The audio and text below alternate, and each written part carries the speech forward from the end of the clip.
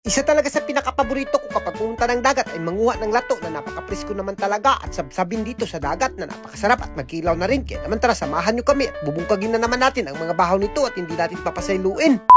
For today's video guys, dahil napakainit ng panahon at pupunta ako ng dagat at pinuntahan ko muna si Ivy dito sa hardware namin dahil siya yung nagbabantay at ayan na nga, bumabay na siya at nananghid ako, nagpupunta nga pala ako ng dagat dito. At sa puntong ito, hindi nga pala ako nagpadugay-dugay dyan, umapas nga pala ako kay Uncle Amar dahil naguna na sila sa dagat at birthday ni Uncle Amar ngayon at siguradong mabubungkag natin yung mga bahaw dito. At pag abot ko, tinawag ko kaagad sila Uncle Amar dito at sakto-sakto nandito pa siya, naabutan namin at sila Dudoy, sila Binson nga pala yung kasama ko dito. At sa puntong ito, talagang tinanggalan na ni Dudoy ng ligid yung pambot niya dahil pupunta nga pala kami sa loud, manguha kami ng lato.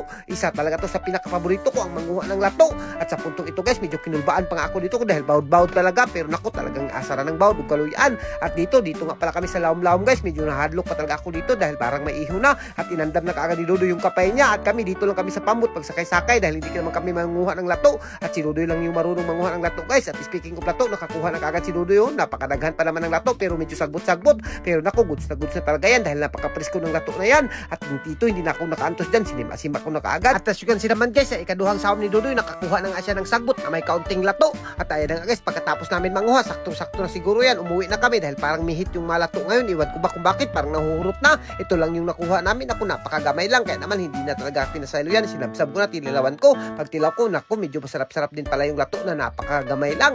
At dito, hindi ko na talaga pinadugay-dugay yan. At sa puntong ito, pag abot namin sa floating cottage namin, saktong-sakto, hiniwa na kaagad nila Uncle Amar yung kinilaw niya. At sa hindi nakakaalam, birthday nga pala na Uncle Amar ngayon, talagang mabubungkag natin yung bahaw. At shout out kay Uncle Amar, mabuhay ka Kul hanggat gusto mo. At ayan na guys, talagang kinuraw-kuraw ko na kaagad yung kinilaw dyan na napaka-presko din ng danggit na yan dahil pinukutan niya ni Uncle Amar. At sa mga hindi nakakailala Uncle Amar guys, siya nga pala yung mamukot dito sa amin, talagang kukuhain namin yung makuha niya. At dito talagang nag-andam na kaagad yung matrupa namin dito dahil sisimulan na natin yung pagbungkag ng mga bahaw dyan. At speaking of bungkag yung bahaw guys, so kung nakikita nyo, binungkag na kaagad namin yung pinaksiw dyan at may maha pa nga si Uncle Amar at pansit na pampahaba ng buhay.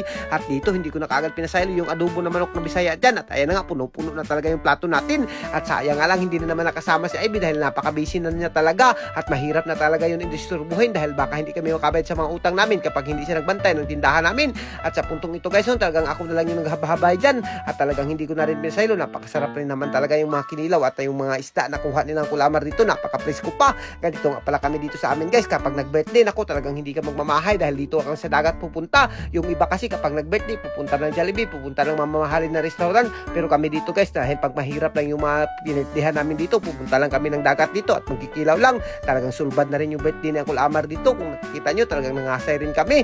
At hanggang dito lang siguro muna kami guys at kung gigirante sa mga video namin, huwag mo kalimutan i-like and i-share para mas marami pa tayong food trip. Thank you, God bless you all guys. Mabuhay kayong lahat dyan mga idol hanggat gusto nyo.